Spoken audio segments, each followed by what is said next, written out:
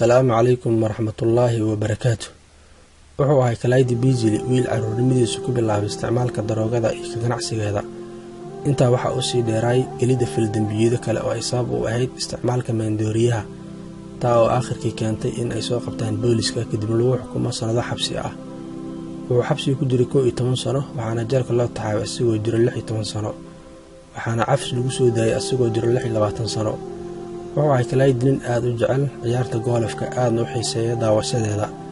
maalin maalmaha ka mid ah asigoo TV xabsiga yaala ka daawanaya ciyaarta golfka ayaa si kadis ah loo joojiyay ciyaartii garoonka lagu kala cararay kadib markuu yimid roob weyn. waxa aad u dhibtay Clyde ciyaartaasi oo roobka banaday.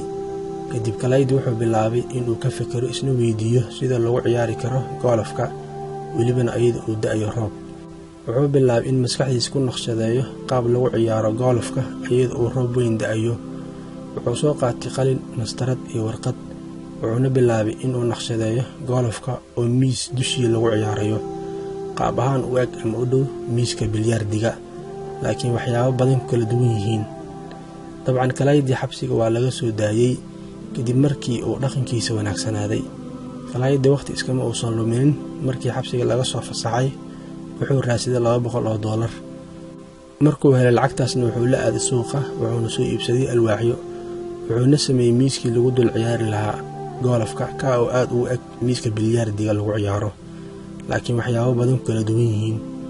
markii uu dhameeyay farsamaynta miiska wuxuu u yeeray asxaabtiisa si loo tijaabiyo hindisaha cusub oo ah in miis korkii lagu ciyaaro golfka lagana soo wareego barxadii weyneed ee lagu ciyaarayay golfka. dabcan saaxiibadii aad ay ula yaabeen hindisaha uu la yimid saaxiibkood Clyde, waxayna ku dhiirigeliyeen in uu hor u sii socdo. wuxuu Clyde u bandhigay diriska saaxiibadii fikirkii cusbaa, wuxuuna ka helay asxaabtiisa lacag yar iyo dhiirigelin xoog leh. kadib sidoo kale wuxuu u bandhigay hindisihiisa cusub inta badan naadiyaasha ciyaaraha golfka. qaar ka mid ah way diideen aragtida Clyde, qaar kalena waxay ku dhaheen waan ka fiirsanaynaa hindisahada cusub.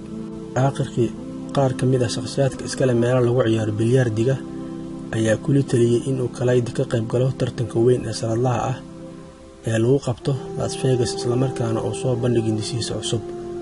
wuxuuna sameeyay bandhigaasi waxaa aad ula yaabay isla markaana soo jiitay fikradda Clyde mid ka mid ah shirkadaha farsameeya miiska lagu ciyaaro bilyaardiga, waxayna ku dhaqaaqeen farsamaynta miiska golfka uu hindisay Clyde, waxayna u soo bandhigeen saxaafadda Mareykanka. warbaahintiina way sii faafisay, dadweynihiina way soo dhaweeyeen in golf lagu ciyaaro miis dushii. muddo yar kadib Clyde wuxuu faa'iiday $5 milyan.